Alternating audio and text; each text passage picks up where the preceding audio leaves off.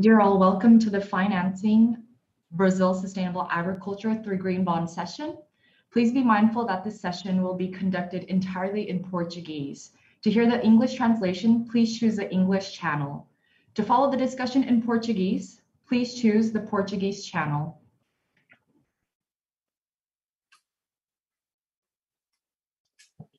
Gostaríamos de começar o painel do nosso terceiro dia aqui agradecendo aos nossos patrocinadores, o JP Morgan, Credit Suisse, Ping An, Moody ESG Solutions, Luxembourg Green Exchange, Citi, Refinitiv, BNP Paribas, o IHS Market, Allianz Bernstein, FSD Africa, o Banco Interamericano de Desenvolvimento, o ICMA, Mizuno, IFC e Ashtrust. A conferência não seria possível sem o patrocínio de vocês. Bom, antes de começar o nosso painel, só passando aqui algumas orientações. Para fazer pergunta aos panelistas, por favor, utilizem o chat no Swapcard, nosso Q&A. Outros comentários ou perguntas também podem ser feitos via chat. A interpretação ao vivo está disponível em português, espanhol, mandarim e francês. É só procurar o ícone no fone de ouvido. Todas as sessões estão sendo gravadas e você pode ouvir as sessões até novembro. Use as ferramentas interessantes disponíveis, rede com milhares de participantes, confira os nossos stands virtuais e também em relação à mídia, os pedidos de entrevista, vocês podem visitar o stand virtual do Climate Bonds para agendar. Bom, eu gostaria de apresentar os nossos panelistas e agradecer a presença. Hoje a gente tem a presença da excelentíssima ministra da Agricultura, Pecuária e Abastecimento, a senhora Tereza Cristina, o CEO da Ecoagro, o senhor Milton Menten, e o CEO da John Deere, o senhor Paulo Herman. Sejam muito bem-vindos e muito obrigada pela presença de vocês aqui para discutir esse tema tão importante. Bom, então, antes de começar o nosso painel, apenas para dar uma introdução ao tema, agora são 8h30, horário de Brasília, um pouquinho mais, a gente está começando o nosso terceiro painel para falar do tema de financiamento de agricultura sustentável no Brasil. E só para dar um contexto, a gente tem observado um aumento expressivo na emissão de títulos verdes nos últimos 6 anos aqui no Brasil. A gente já chegou aqui no valor acumulado de 10 bilhões em 2020. O uso da terra, onde entra a agricultura, é a categoria, a segunda categoria, que recebeu recursos, cerca de 27%, e é um dos setores mais importantes para o país, tanto economicamente também, quanto para a gente aí atingir as nossas metas de redução de emissões de carbono.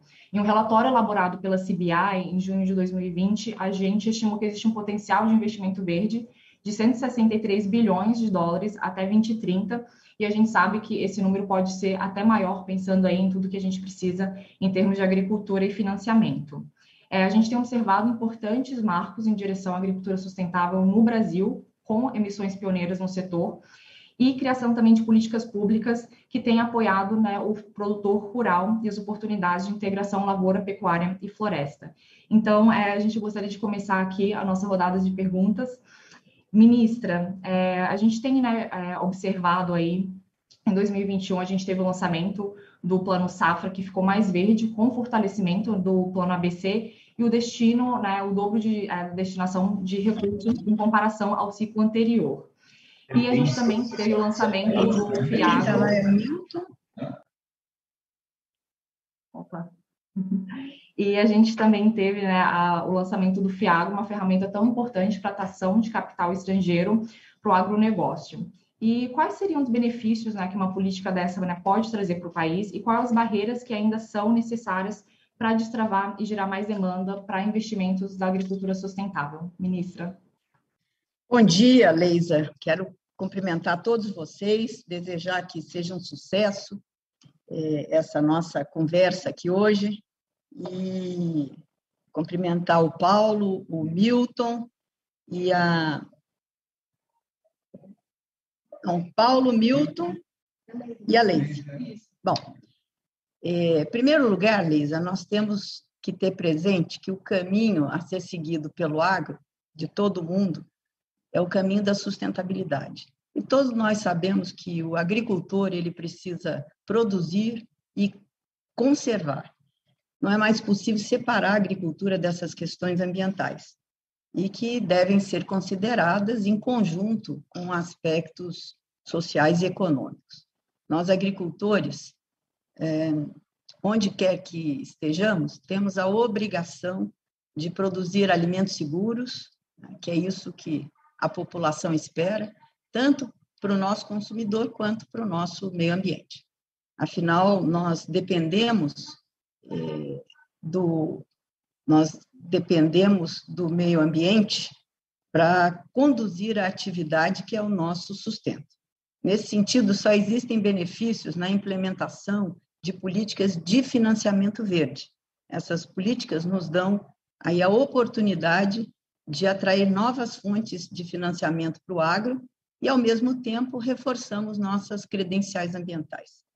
É também importante salientar que nós temos aí o Plano ABC e o recém-lançado FIAGRO, que você citou. Há diversas outras linhas de crédito no âmbito do Plano Safra Anual, né, e principalmente neste ano, que nós demos aí uma robustecida nas linhas, né, de financiamento sustentável e que representa um apoio à agricultura de baixo carbono e outras práticas sustentáveis.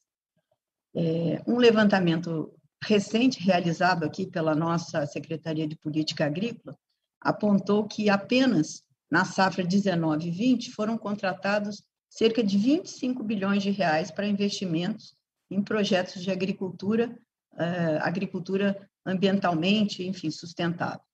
Nunca é demais a gente lembrar que as políticas verdes funcionam porque elas são rentáveis. Você melhorando a eficiência, você tem mais lucro, o produtor tem mais lucro. E aí, com certeza, ele passará a adotar cada vez mais políticas mais sustentáveis. No Brasil, nós, além de já termos aí em torno de 66% dos nossos biomas nativos preservados, nós também temos o privilégio de ter uma atividade agrícola que permite a recuperação desses biomas degradados. E onde a gente tem aí hoje, a gente está vendo a agricultura caminhar para nesses biomas, para onde você tem aí degradação, principalmente dos pastos. Em outras palavras, nós somos capazes de ampliar a nossa atividade agropecuária sem a necessidade de novas áreas, de conversão em novas áreas. Essa é uma importante credencial para a atração de investimentos verdes. Também o motivo pela qual a agricultura brasileira será peça fundamental para equacionarmos aí o desafio de se alimentar a população local, né, brasileira, e também a mundial, a partir desta nossa produção sustentável. Nesse sentido, eu queria enfatizar que o Brasil está pronto a prestar serviços ambientais em alta escala, na forma de conservação dos nossos biomas nativos. Temos mais de 500 milhões de hectares trabalhando para estruturar os mercados financeiros e de capitais de forma a impulsionar a prestação desses serviços que são fundamentais. Temos toda a infraestrutura tecnológica, legal, financeira, para viabilizarmos a aplicação de recursos dos investidores, onde quer que eles estejam, no financiamento seguro desses serviços ambientais.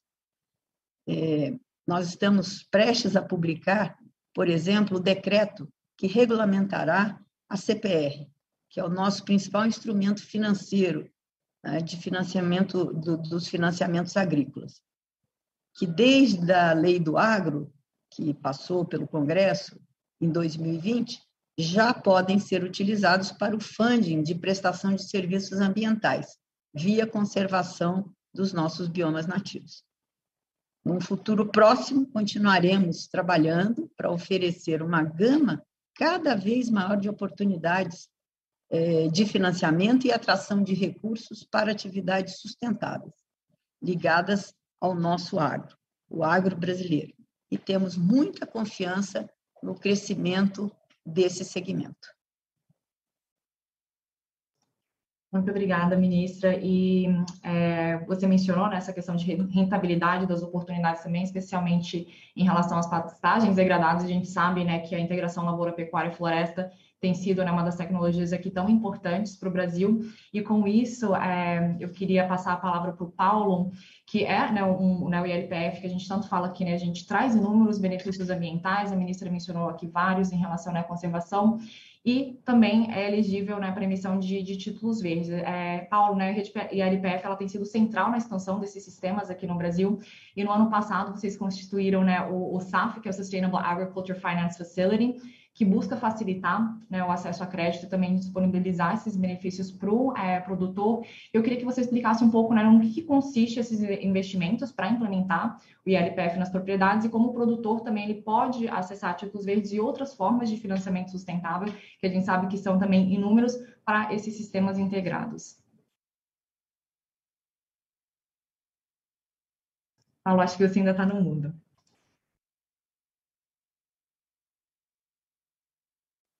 Bom dia, Leisa.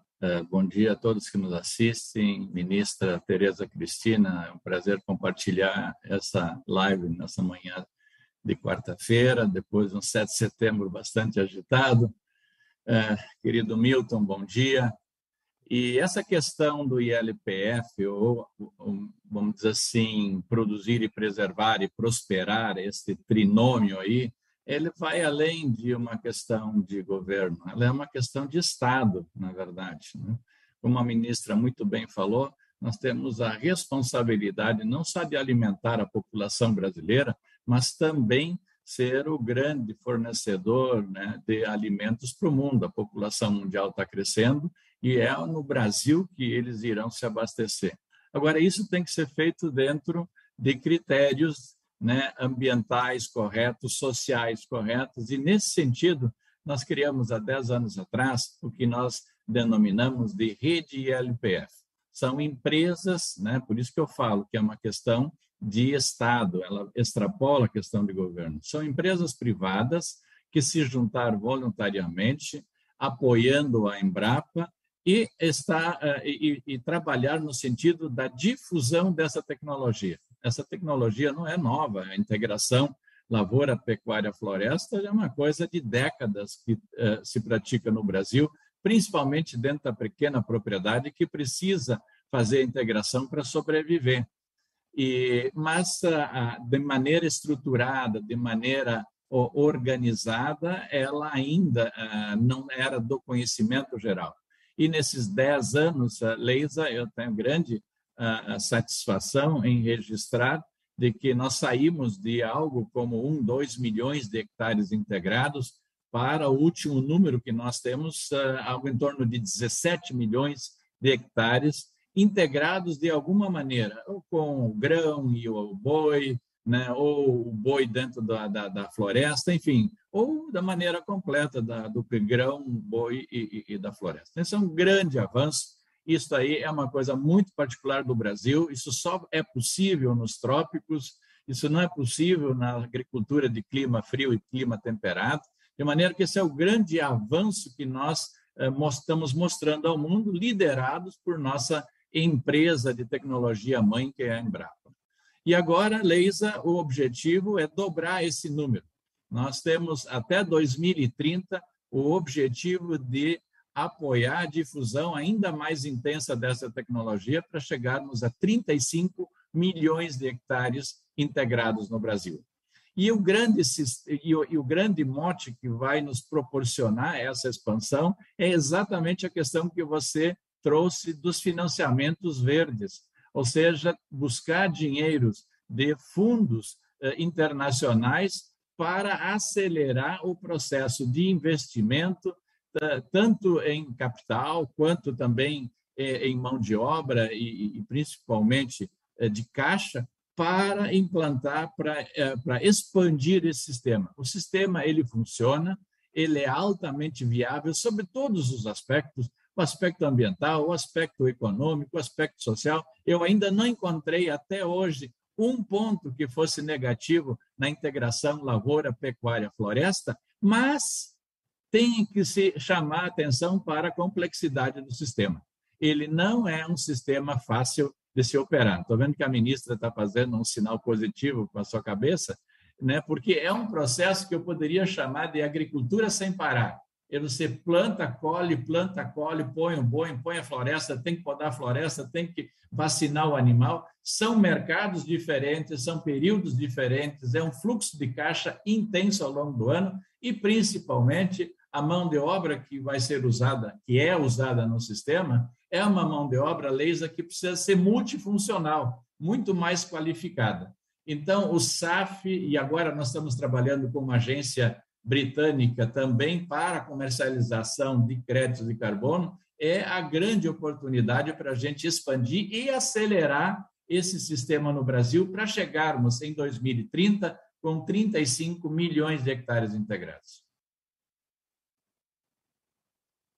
Então, excelente, Paulo. Esse número, né, de 35 milhões de hectares é impressionante. Acho que 17 já é um marco em relação, né, ao que o Brasil tem feito nessa implementação. E como você mencionou, essa parte de investimento é muito importante. Então, eu queria trazer agora, né, o Milton, que a Ecoagro tem sido aí, né, um grande pioneiro na emissão de títulos verdes. Os primeiros, Milton, né, títulos verdes do setor de agricultura, né, acabaram sendo muito feitos pelas empresas de papel e celulose, mas muito, né, ultimamente a gente realmente vê essa diversificação com a entrada de novos atores, sem considerar, né, esse potencial que o Paulo também mencionou em relação à ILPF. Então, dentro dessa categoria, né, do setor de usos da terra, abrangendo toda essa questão, né, agropecuária, florestal e também de bioenergia, de onde vem, né, essa demanda por títulos verdes? Quais são os subsetores que você tem observado, né, esse maior apetite por emissões e como que a gente pode impulsionar, né, cada vez mais essa forma de financiamento que é tão importante, né, para a agricultura brasileira? Bom, antes de mais nada, bom dia, Leisa. Bom dia, ministra Tereza Cristina. Um prazer estar aqui com a senhora. Bom dia, Paulo, e todos que estão acompanhando esse evento. Bom, eu acho que a gente pode começar essa conversa um pouco desse histórico que você estava falando, né? Se a gente for olhar, os primeiros títulos verdes do agro foram emitidos há menos de 5 anos atrás e foram quase que exclusivamente do setor florestal, papel e celulose. Todas as primeiras emissões foram desse setor. Então, a gente tem que lembrar que o desconhecimento é um dos principais entraves para que a gente possa fazer com que os títulos verdes sejam mais abrangentes dentro do agronegócio brasileiro.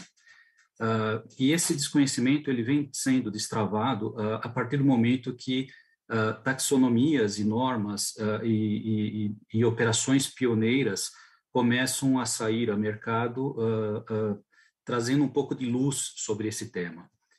Então, se a gente for olhar essa história recente, em 2019, a gente fez a primeira certificação de uma usina de etanol para certificação em bioenergia, justamente o ano que foi liberado a taxonomia de bioenergia.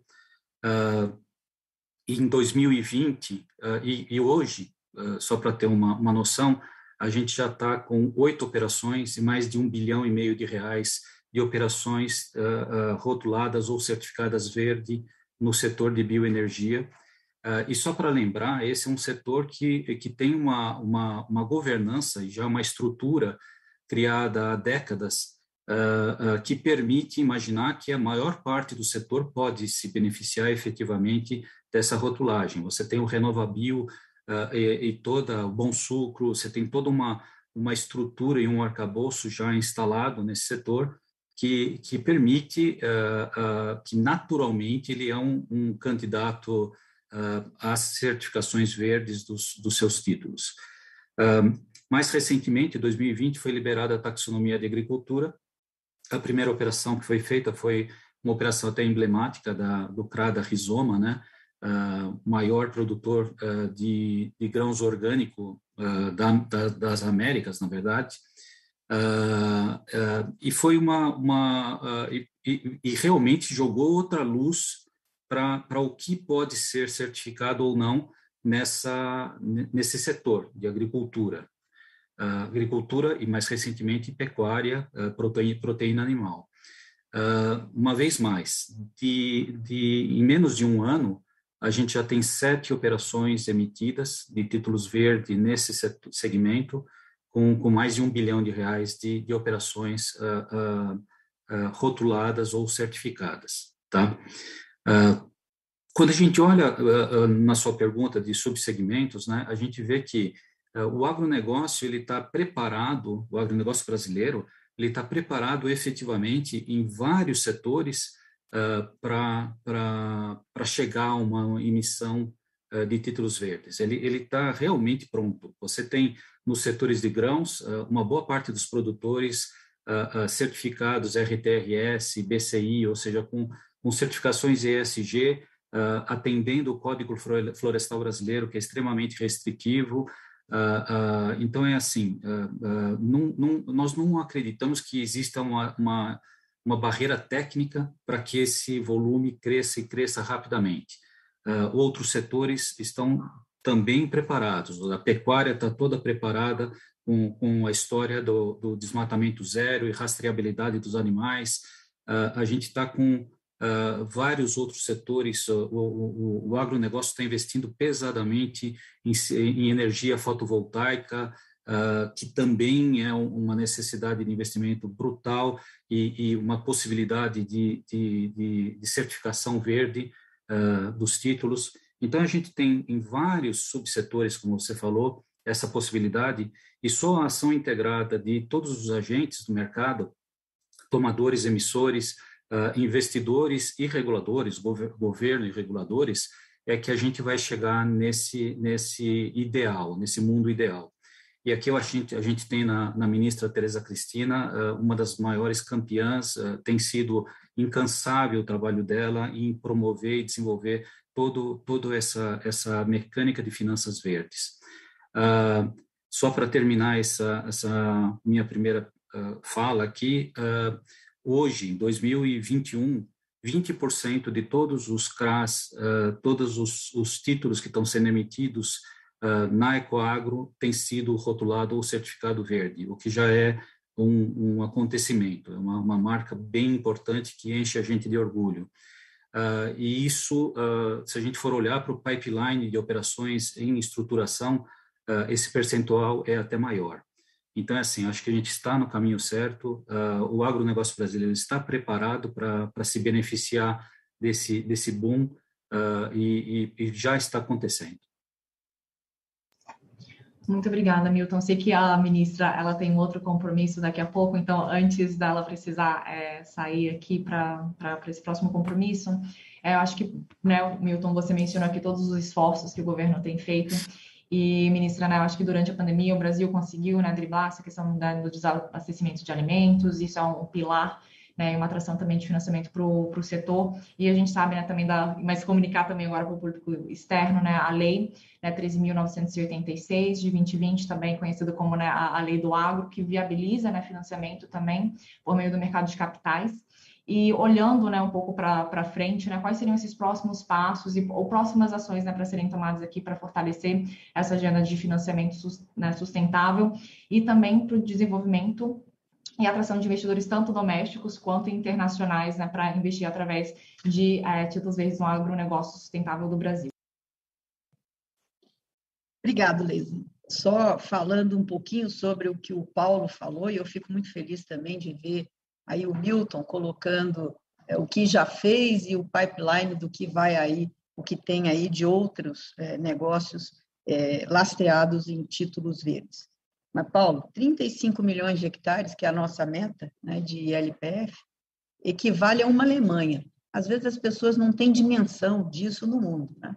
Então, é algo, vamos dizer, espetacular, né? E uma meta bastante ousada de ser alcançada.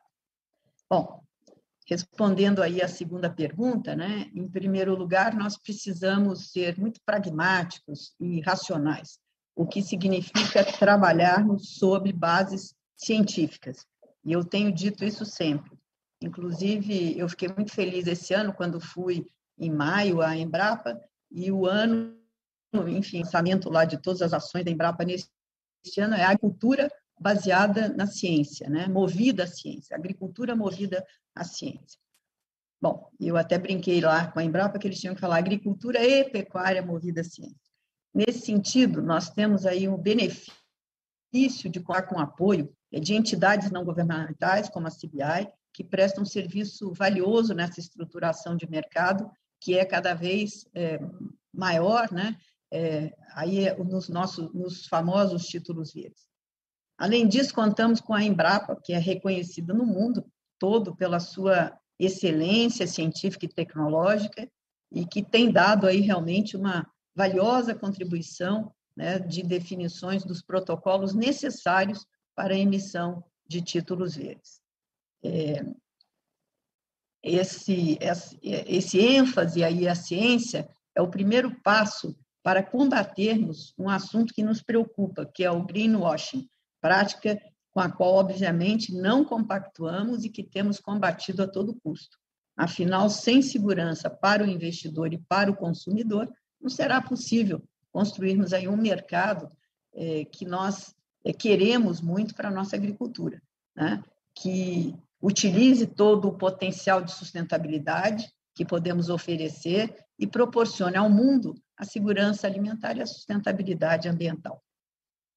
Também temos o desafio de proporcionar aos produtores formas efetivas de garantir a sua conformidade com a legislação ambiental do país, que, como já disse aí o Milton, né, nós temos aí um código florestal muito rigoroso, né, e com isso nós temos que demonstrar aos investidores e temos o que demonstrar aos investidores e ao mercado, aos mercados consumidores. Compliance, transparência e prestação de contas também são elementos fundamentais à boa governança que nós temos que garantir. Temos tido algum sucesso, cito, por exemplo, os esforços de aceleração da implementação do CAR, que é o nosso Cadastro Ambiental Rural, por meio da análise dinamizada dos registros feitos pelos produtores. Através desse processo, assentamos as bases para viabilizar a regularização ambiental e fornecer a conservação ambiental dentro das propriedades privadas. Tenho certeza que ainda enfrentaremos outros desafios nesse caminho. O mais importante, no entanto, na minha maneira de ver, é manter a trajetória que temos privilegiado desde o início do governo do presidente Bolsonaro, de colocar o agro brasileiro firmemente no caminho da sustentabilidade, com transparência, segurança jurídica para a estruturação desse mercado e atração de volumes crescentes de investimentos verdes. Na construção desse ambiente de sustentabilidade global, todos precisaremos agir com empenho e racionalidade para atingirmos os efeitos desejados. Segurança alimentar, crescimento econômico, proteção ambiental e inclusão social. Nesse sentido, contamos com o continuado apoio de instituições de ponta, como a CBI, para seguirmos o caminho da vanguarda e excelência que estamos aí trilhando e trabalhando. Invistam no agro brasileiro. Faz bem para o meio ambiente, para a sua saúde e para o seu bolso. Um abraço aí a vocês e uma ótima live.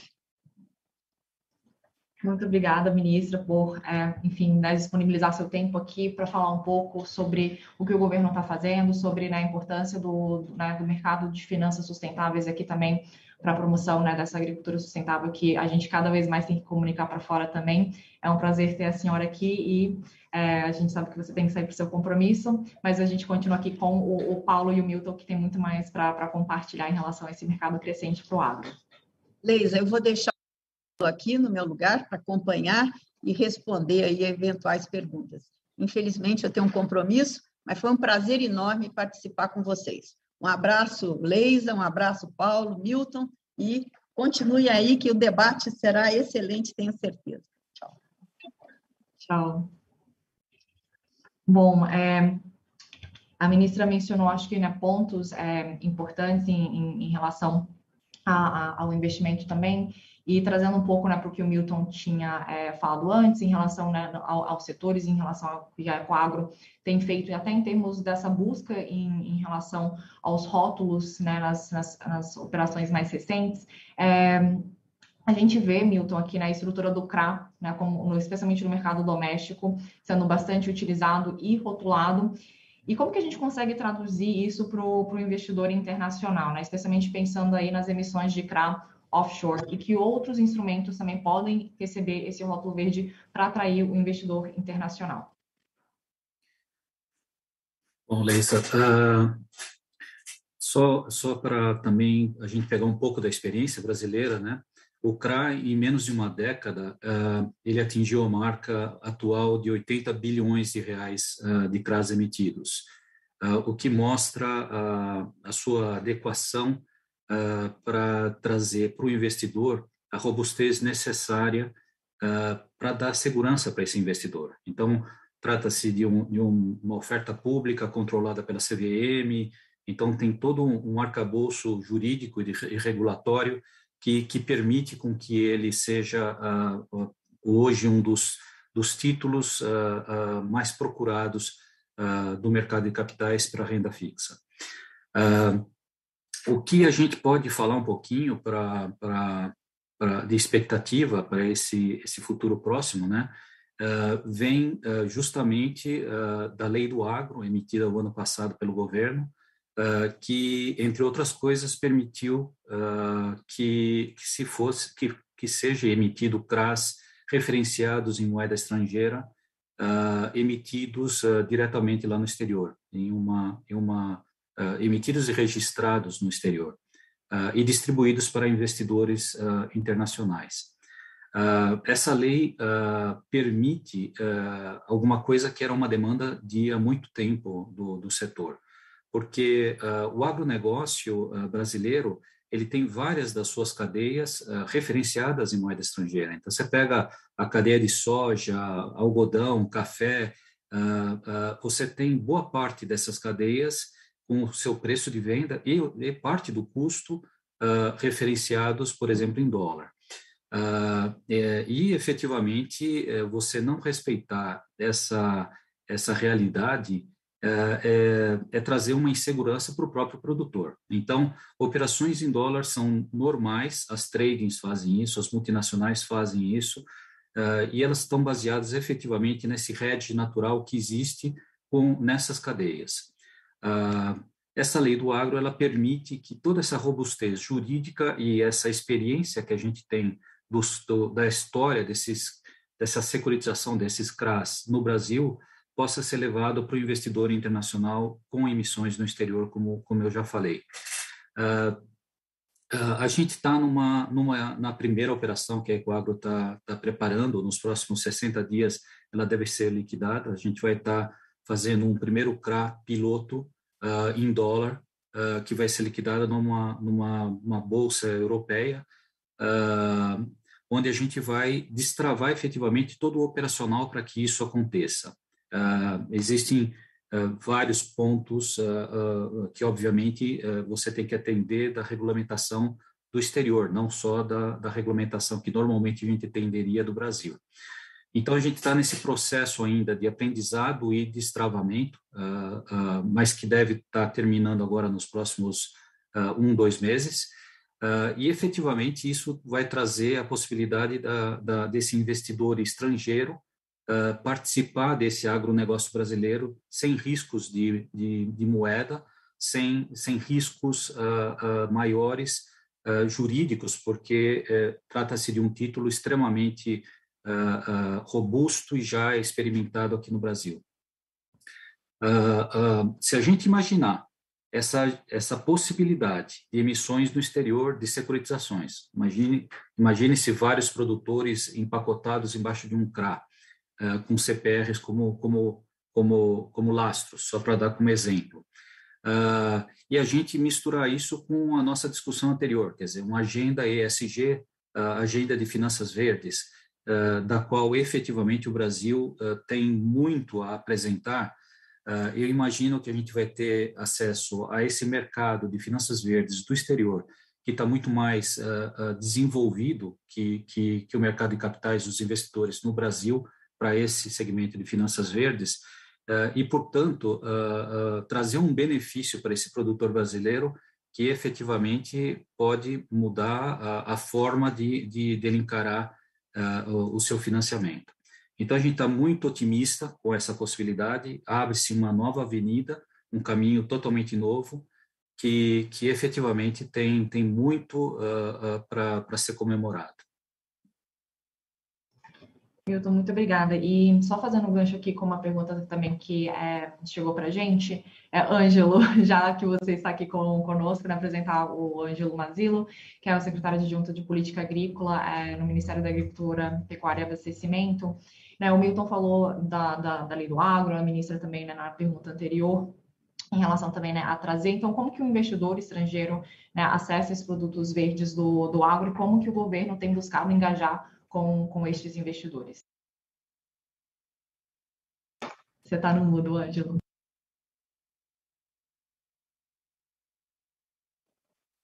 O governo ele tem procurado engajar o investidor nesse trabalho que, por exemplo, o resultado é essa reunião aqui. Nós celebramos o memorando de entendimento com a CBI, a gente também está próximo a outras entidades que promovem as finanças verdes, a certificação, em bases racionais, em bases científicas, participamos dos eventos, estamos na iminência, né, Leisa, de eventualmente começarmos a fazer o workshop.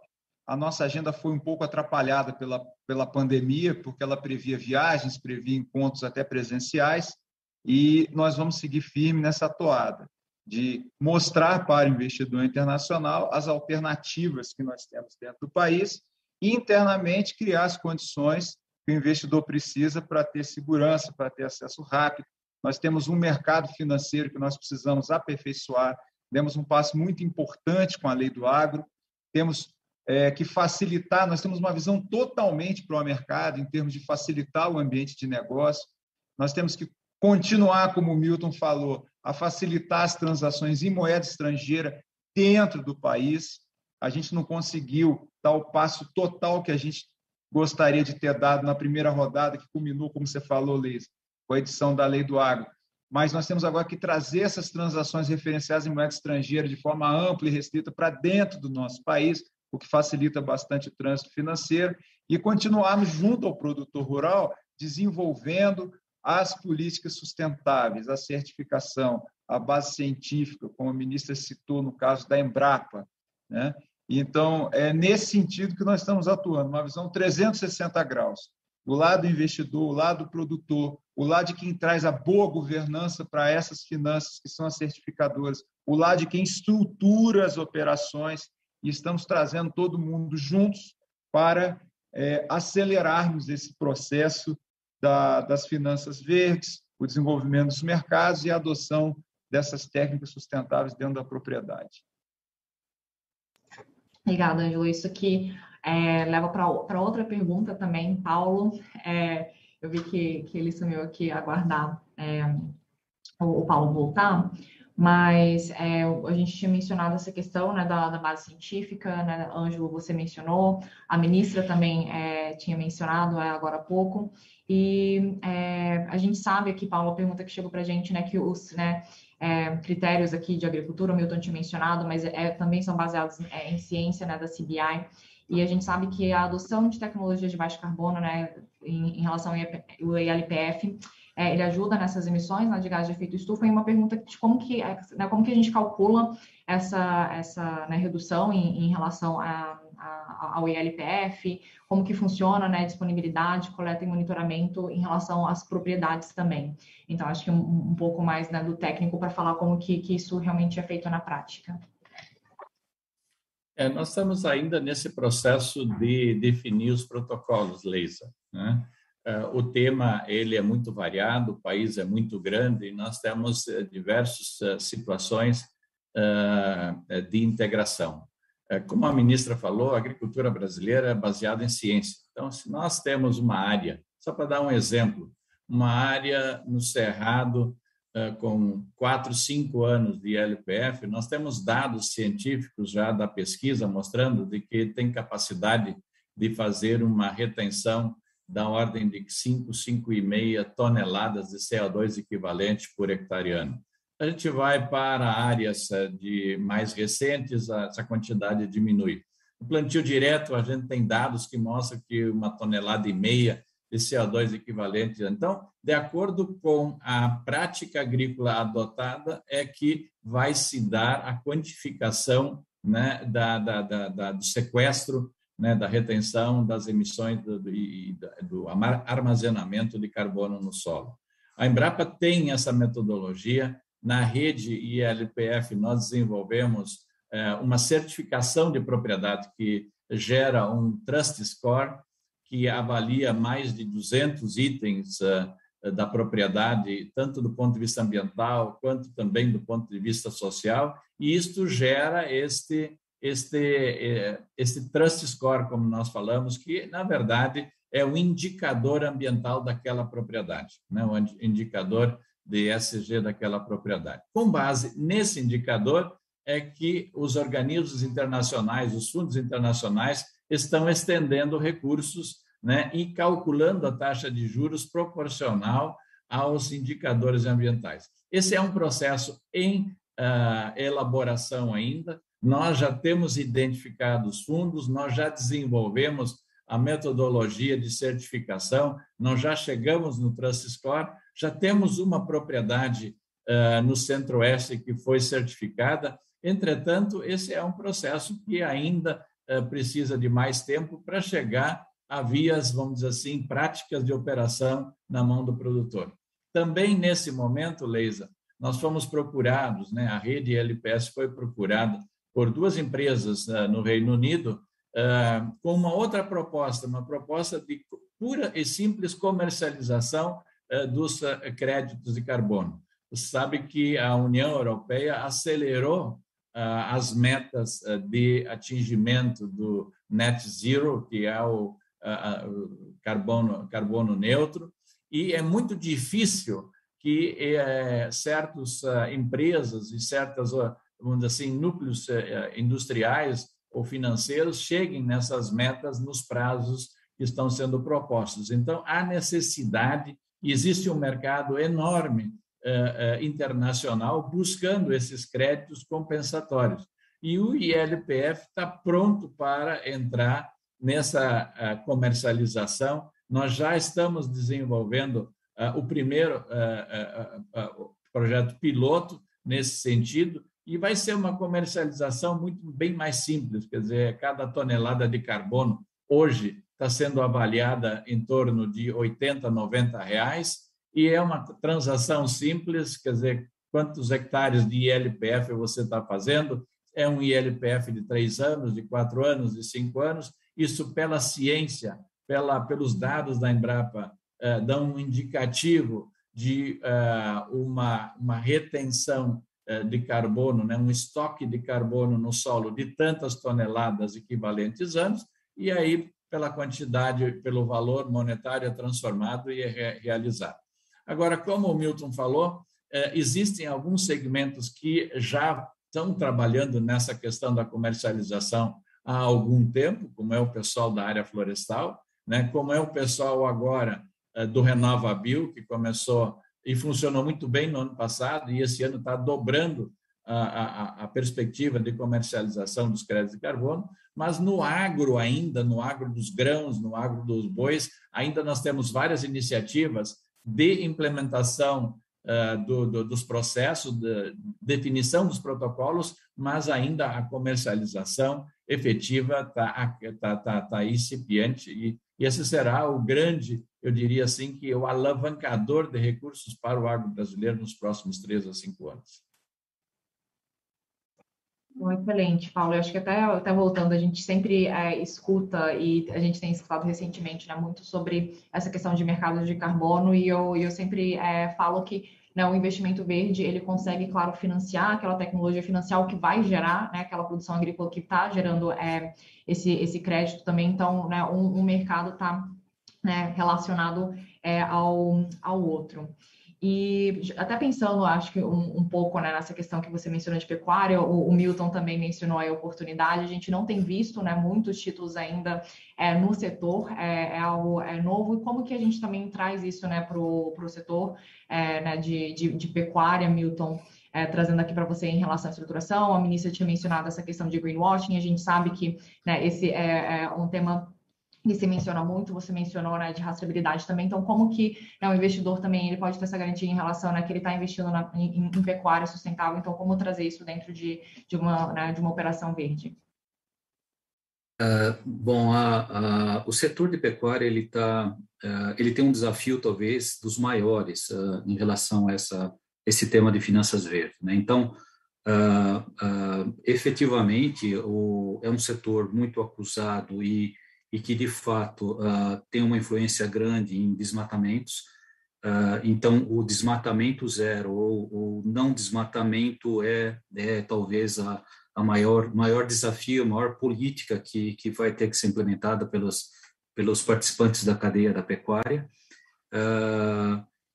Portanto, o tema da rastreabilidade passa a ter uma importância enorme para se atingir a comprovação desse desmatamento zero ou de produção em áreas de não desmatamento. Eu acho que todo o investimento que está sendo feito na cadeia, a maior parte do investimento está em cima desse tema, e essas são as operações que efetivamente estão sendo desenvolvidas nesse momento. Quer dizer, o maior desafio é financiar, auxiliar no financiamento dessas iniciativas, a ponto da gente efetivamente poder, em algum momento, garantir que aquela carne efetivamente não participa de qualquer tipo de desmatamento, e isso já seria um primeiro passo enorme para essa cadeia. Praticamente todos os grandes players têm iniciativas já bem avançadas nesse sentido. A gente já começa a ver operações de títulos verdes saindo com esse viés, com essa linha de estratégia de tese de investimento verde. Efetivamente, eu acho que a gente está no limiar de começar a ver mais e mais operações com esse viés e com essa pegada de finanças verdes para a pecuária. Não, excelente. E tem mais uma pergunta aqui para o Paulo, né? A senhora ministra mencionou também, né, claro, o papel do Brasil aí, né, como um fornecedor de alimentos global, e como que, né, o ILPF pode impactar nessa produtividade de alimentos. Essa é uma questão muito interessante, né? O ILPF, na verdade, é uma comprovação do potencial do agro tropical brasileiro, né? Enquanto que no clima temperado ou no clima frio do hemisfério norte, você consegue fazer uma ou outra cultura, porque você fica ali 3, 4 meses debaixo de neve. Nos trópicos, você não tem essa restrição. E como a agricultura é fotossíntese, e fotossíntese é fundamentalmente sol agindo sobre o metabolismo das plantas, nós temos condições técnicas, científicas, de fazer uma agricultura 12 meses por ano. Aí é que é o grande mote dessa tecnologia. Você reduz a pressão sobre a expansão de novas áreas. Numa área onde vamos pegar um exemplo, numa área, uma fazenda, onde tradicionalmente, pelo método convencional, se colhia 2, 3 toneladas por hectare, você consegue, com o ILPF, dobrar essa quantidade e ainda ter ganhos de engorda de animais à razão de 1 a 1,5 quilo por dia, usando o subproduto que a agricultura deixou. Isto reduz a pressão sobre a abertura de novas áreas, reduz a pressão de expansão horizontal do agro sobre biomas que precisam ser certificados e aumenta a produtividade em cima daquelas áreas que já estão abertas, né? Hoje o Brasil faz a agricultura de grãos, Leisa, em 70 milhões de hectares. E nós temos uma expectativa de que nos próximos 10 anos essa produção de grãos ela vai aumentar para 100 milhões de hectares. Ou seja, nós vamos agregar 30 milhões. Essas são as estimativas com as quais nós estamos trabalhando. E esses 30 milhões de hectares, eles podem vir da pecuária, porque a pecuária hoje no Brasil é feita em 210 milhões de hectares, fazendo 215, 220 milhões de cabeças de gado, ou seja, 1,4, 1,3 UAS por hectare. Há possibilidade de se melhorar essa ocupação de animais por hectare, melhorando a capacidade de sustentação das nossas pastagens e converter e transformar parte dessa área que hoje é usado com pastagens extensivas, sistemas de criação extensiva, para o grão. De maneira que esse é um sistema que nos equilibra a pecuária com a agricultura. Nós podemos mover 30 milhões de hectares da pecuária, passar para 2,4 UAS por hectare com essa subtração, tirando isso aí, o que ainda é uma capacidade baixa de animais por hectare, mostrando que não há nenhuma razão para temermos a expansão do agro brasileiro, né? Desde que ele seja feito com bases racionais, técnicas e de grande responsabilidade, que é a maioria dos agricultores.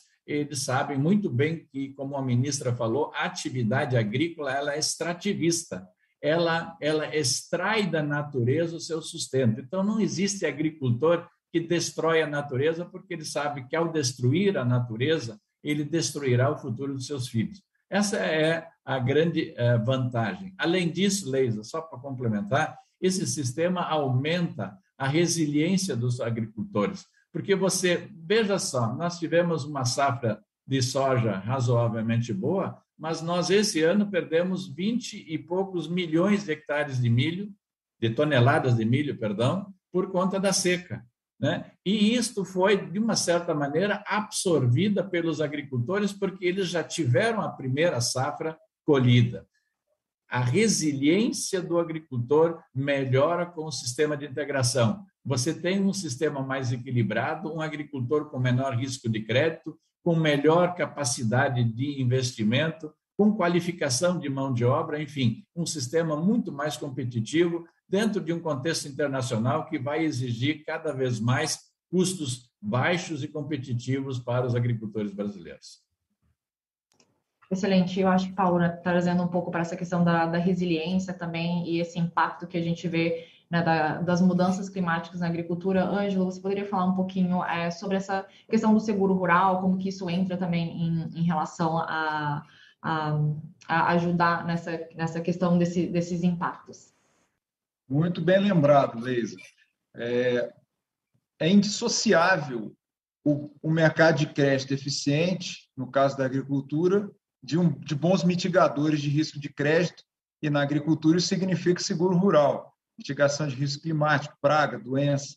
E a gente precisa, há uma grande falha de mercado no Brasil, e que enseja, então, a ação mais incisiva do Estado, como acontece em qualquer outro país do mundo, quando se trata de seguro rural. O seguro rural é algo caro para se desenvolver e, sem o apoio do Estado, ele não se viabiliza economicamente. Isso significa dizer claramente para vocês, subvenção ao prêmio do seguro rural. Nós precisamos melhorar essa política.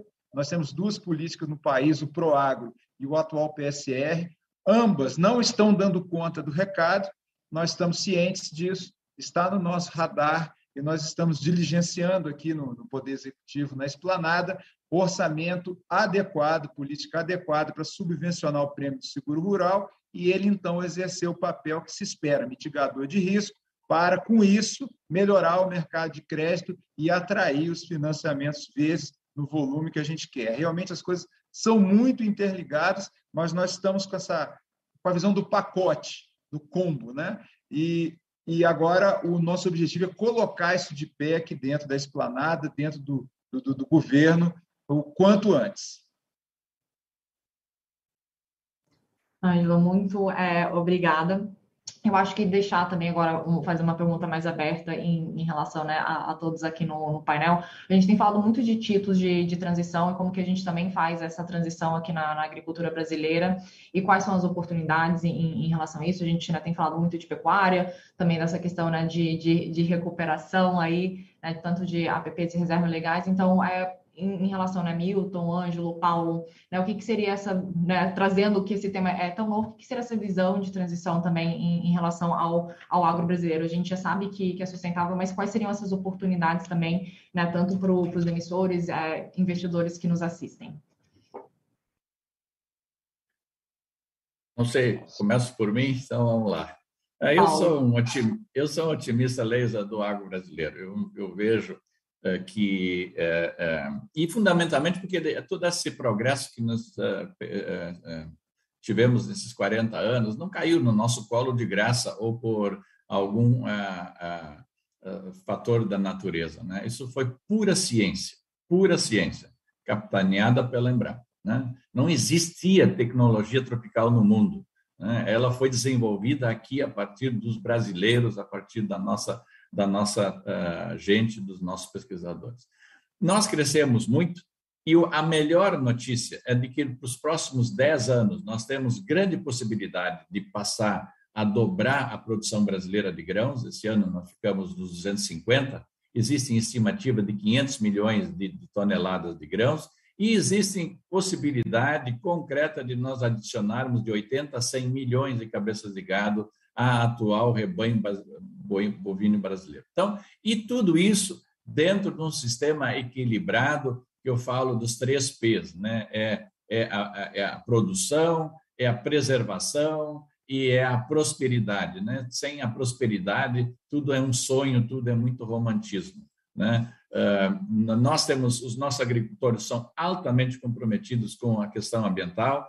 Essas coisas que a gente lê e vê na imprensa, essas queimadas e destruição de floresta, não é coisa de agricultor. Agricultor, como eu já falei, ele tem uma preocupação ambiental extremamente, até exagerada. Eu sou filho de agricultores, eu me lembro de que a cada árvore que tombava por algum motivo que se precisava madeira na propriedade, éramos obrigados a plantar 5 novas árvores, né? Isso era uma regra lá em casa. E não havia código florestal, não havia nada. Essa é a conscientização do agricultor. E 97% dos agricultores brasileiros ou mais, eles são altamente conscientes. E se nós formos olhar mundo afora e sobrevoarmos a Alemanha ou os Estados Unidos, qualquer, vocês vão ver que tem muito menos floresta, muito menos área de proteção ambiental e reserva legal, e essas coisas eles nem sabem o que é. Então, não tem por que a gente baixar a cabeça, não tem por que a gente ter vergonha de nada, ao contrário, nós somos pessoas altamente comprometidas com a questão ambiental. O Código Florestal, como Milton falou, é extremamente rigoroso. As finanças estão chegando agora, as finanças verdes, para financiar a expansão, e nós queremos também uma agricultura que fique cada vez menos dependente de governo. É uma agricultura de mercado. As boas práticas devem ser reconhecidas e remuneradas pelo mercado. E, principalmente, o mercado europeu, que tem metas tão agressivas de carbono zero e que vai precisar do ILPF brasileiro para poder atingir seus objetivos. Muito obrigada, Paulo. Milton, ou quer dizer, Ângelo, eu vi que você abriu aqui seu microfone. Abri o microfone, mas se o Milton quiser falar, fica à vontade. Mas eu conheço o estilo dele, ele prefere que os outros falem, ele pensa melhor, né, Milton? É isso aí. Mas vamos lá. Tanto o Paulo quanto você, Leisa, tocaram em 2 pontos muito importantes, né? O primeiro precisamos da transição. Se a intenção do investidor, a intenção do mundo é uma agricultura sustentável, não faz sentido excluir na largada aqueles que ainda não estão dentro dos protocolos. Isso é prejudicar o meio ambiente. Em contrapartida, a transição ajuda demais, porque o Paulo disse, concordo, a questão da sustentabilidade está absolutamente internalizada dentro da nossa agricultura, na cabeça do nosso agricultor. Quando eu uso o termo agricultura, eu englobo a pecuária também, a agricultura no sentido mais amplo de todos, né? Então, não há mais essa necessidade. Mas as finanças sustentáveis têm aquela terceira letrinha, o ESG, tem o G de governança. Então, exige do produtor rural um shift em termos de gestão de risco, gestão da sua propriedade, de controle, e isso precisa de apoio. Isso é uma falha, vamos dizer, de mercado. é muito complicado o agricultor que está dentro do país ter acesso à melhor governança por ele mesmo, sem algum apoio. Quando eu falo apoio, eu não quero dizer necessariamente do governo, mas o apoio do mercado financeiro. É isso que nós estamos discutindo aqui, os mercados sustentáveis para o agro. Esse mercado tem que chegar o quanto antes para esse agricultor que quer, tem condição, mas precisa desse investimento para ele mudar de uma agricultura mais convencional. E eu ainda digo para vocês, quase todo agricultor brasileiro utiliza alguma prática que tem externalidade positiva ao meio ambiente. Quase todo agricultor brasileiro. Mas ele precisa racionalizar isso dentro da propriedade dele, potencializar para conseguir o efeito máximo que se espera, que é produzir alimento, atender a demanda mundial. A demanda mundial é crescente, dados da ONU, da FAO, né? Os países do Sudeste Asiático, China, Índia, estão comendo cada vez mais, melhor, alimentos de melhor qualidade. A segurança alimentar desses países, do Brasil, do mundo inteiro, pressupõe a não regressão na qualidade da alimentação de suas populações e continuar a ampliar essa qualidade alimentar. Então, nós temos uma demanda crescente que vai ser atendida. Então, como já disse o Paulo, já falou da integração, a agricultura tropical é o melhor ambiente para se atender essa demanda. Mas como nós temos esse shift dentro da propriedade que precisa ser dado na direção da melhor e maior sustentabilidade possível, precisamos de investimento de transição. Então, eu queria deixar dito isso. Não digo que remunerar quem já está plenamente na sustentabilidade dentro da porteira não é muito importante, lógico, é muito importante, é o que todos nós queremos, mas hoje a transição é tão importante quanto isso. E esse é o recado final que eu gostaria de deixar para você, Leisa, para os demais e principalmente para os investidores. Obrigado. Obrigada, Ângelo. Milton. Bom, Leisa, eu acho que já foi falado bastante, eu só tenho a corroborar. Os títulos de transição eles vão ser muito importantes para ajudar aqueles que precisam fazer movimentos de investimentos a chegar a essa sustentabilidade, a esse ponto desejado por praticamente todos os produtores, como foi falado aqui. Mas acho que a gente está num momento, talvez, de comprovação dos títulos verdes. A gente tem no agronegócio brasileiro uma parcela muito significativa que já é verde, que já é elegível à emissão de títulos verdes. E a gente ainda não conseguiu destravar isso de uma forma coerente, chegar aos benefícios necessários para que todos tenham esse mesmo desejo de chegar lá. Então, acho que os títulos de transição eles vão vir imediatamente após a gente conseguir destravar, e que já estamos destravando os títulos verdes efetivamente no agronegócio brasileiro. Eu acho que esse é uma visão otimista que eu deixo para todo mundo, essa junção de dois mundos. O agronegócio está preparado e necessita investir em tecnologia, em ESG, em sustentabilidade. Só que o investidor que também precisa de investimento responsável tem que casar com esse outro mundo. A junção desses dois mundos é que efetivamente vai trazer o benefício mútuo em um planeta melhor e segurança alimentar e tudo que a gente deseja nesse nosso mercado. Obrigada, Milton. Bom, Milton, Ângelo, Paulo, muito obrigada, né, por participar aqui, né, dessa discussão conosco. Eu sei que outras perguntas, né, estão vindo aí. Acho que comunicar, né, o que está sendo feito, né, as oportunidades, para onde que a gente tem que ir. A gente sabe, né, que a gente já tem muita coisa sustentável, que tem outro caminho ainda a trilhar, mas muita coisa que vai acontecer no Brasil e já está acontecendo. Então, né, eu sempre falo que as finanças verdes elas estão chegando aqui para o agro, na verdade já chegaram, e agora, né, a gente já está aqui 4 minutinhos, fechando só um pouquinho depois do tempo previsto, mas agradecer, né, excelente discussão, a presença de vocês. Hoje, né, o objetivo do evento foi falar sobre as ferramentas, sobre as possibilidades, né, voltadas aqui para o setor agropecuário do Brasil e como destravar esse potencial. E a nossa conferência ela vai seguir até o dia 10, até sexta-feira, com mais discussões sobre o mercado, né, de finanças sustentáveis. Então, terminar aqui agradecendo novamente a participação dos nossos panelistas e também né, os participantes que nos assistem. Muito obrigada e bom evento.